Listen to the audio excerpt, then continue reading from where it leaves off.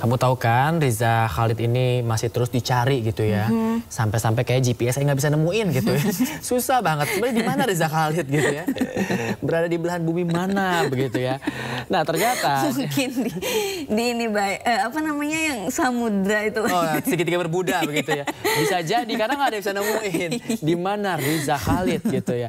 Nah di saat ini Riza Khalid ini dicari nggak ketemu gitu ya. Ternyata anak ini menjalani sidang kasus korupsi gitu ya. Dan pastinya ayahnya nggak hadir. Iya, anaknya lagi kesana, ayah tetap nggak hadir. Tetap nggak hadir. Betul, anak usaha Riza Khalid, Muhammad Heri Adrianto Riza dan 4 tersangka lain menjalani sidang perdana kasus dugaan korupsi tata kelola minyak mentah dan produk kilang di PT Pertamina. Ya, kasus tersebut diduga menyebabkan kerugian negara hingga 285 triliun rupiah.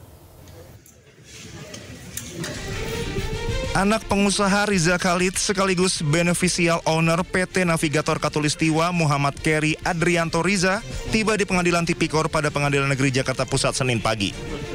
Adrianto bersama 4 tersangka lainnya dari pihak swasta yakni Direktur Utama PT Pertamina International Shipping Yoki Firnandi, VP Feedstock Management PT Kilang Pertamina Internasional Agus Purwono, Komisaris PT Navigator Katulistiwa sekaligus Komisaris PT Jenggala Maritim Dimas W.H. Spati, dan Komisaris PT Jenggala Maritim dan Direktur Utama PT Orbit Terminal Merak Gading Ramadan Judo menjalani sidang perdana tindak pidana korupsi tata kelola minyak mentah dan produk kilang di PT Pertamina.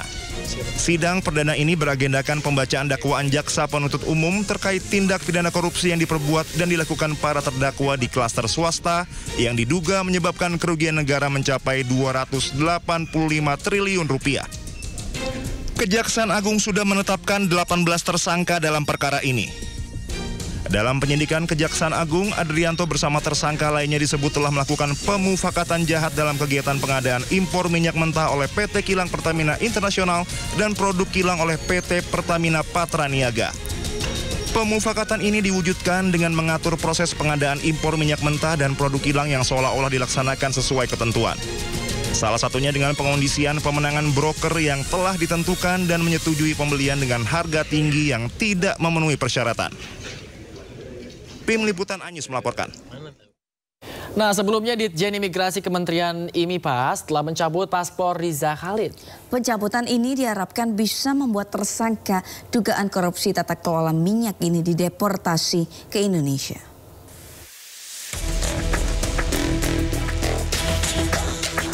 Paspor Riza Khalid dan Yuristan telah dicabut sejak bulan Juli 2025. Pencabutan paspor Riza Khalid atas permintaan Kejaksaan Agung sejak Riza ditetapkan sebagai tersangka kasus tata kelola minyak pada Pertamina. Pencabutan paspor itu dilakukan melalui sistem untuk membatasi ruang gerak Riza Khalid yang saat ini diduga berada di Malaysia. Imigrasi juga telah berkirim surat pada Ditjen Imigrasi Malaysia untuk menyampaikan pencabutan paspor Riza Khalid. Tetapi kami sudah bersurat kepada Direktorat Jenderal Imigrasi Malaysia untuk menyampaikan kepada mereka bahwa ataupun memberitahukan kepada mereka bahwa paspor MRC sudah dilakukan pencabutan secara kesisteman. Untuk itu diminta kepada mereka menyampaikan apabila memang MRC ada di Malaysia. Dengan pencabutan paspor ini, Riza Khalid bisa kapan saja dideportasi kembali ke Indonesia jika melewati batas izin tinggal. Hal itu akan memudahkan aparat penegak hukum untuk menangkap Riza Khalid. Tim Liputan iNews melaporkan. Kejaksaan Agung sendiri telah menetapkan Riza Khalid sebagai tersangka dalam kasus dugaan korupsi. Ya, kasusnya berkaitan dengan tata kelola minyak mentah PT Pertamina Persero.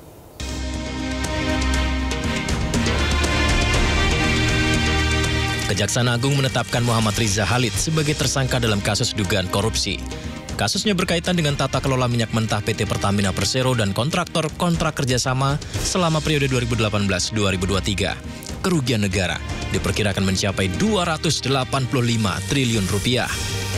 Riza Khalid telah lama dikenal sebagai pemain utama dalam bisnis migas di Indonesia. Julukannya sebagai saudagar minyak.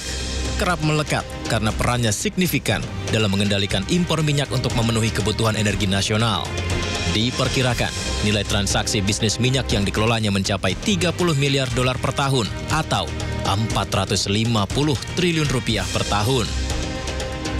Namun, seiring berjalannya penyidikan, Kejagung menyita sejumlah aset milik Riza Khalid dan anaknya.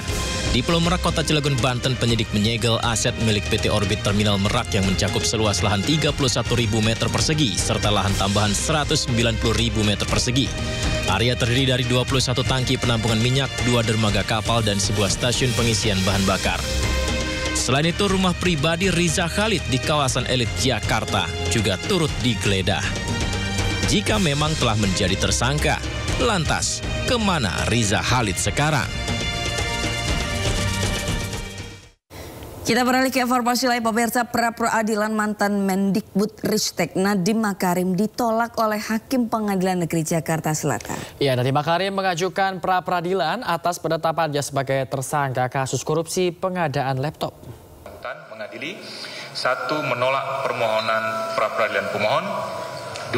Membebankan kepada pemohon untuk membayar biaya perkara sejumlah nihil.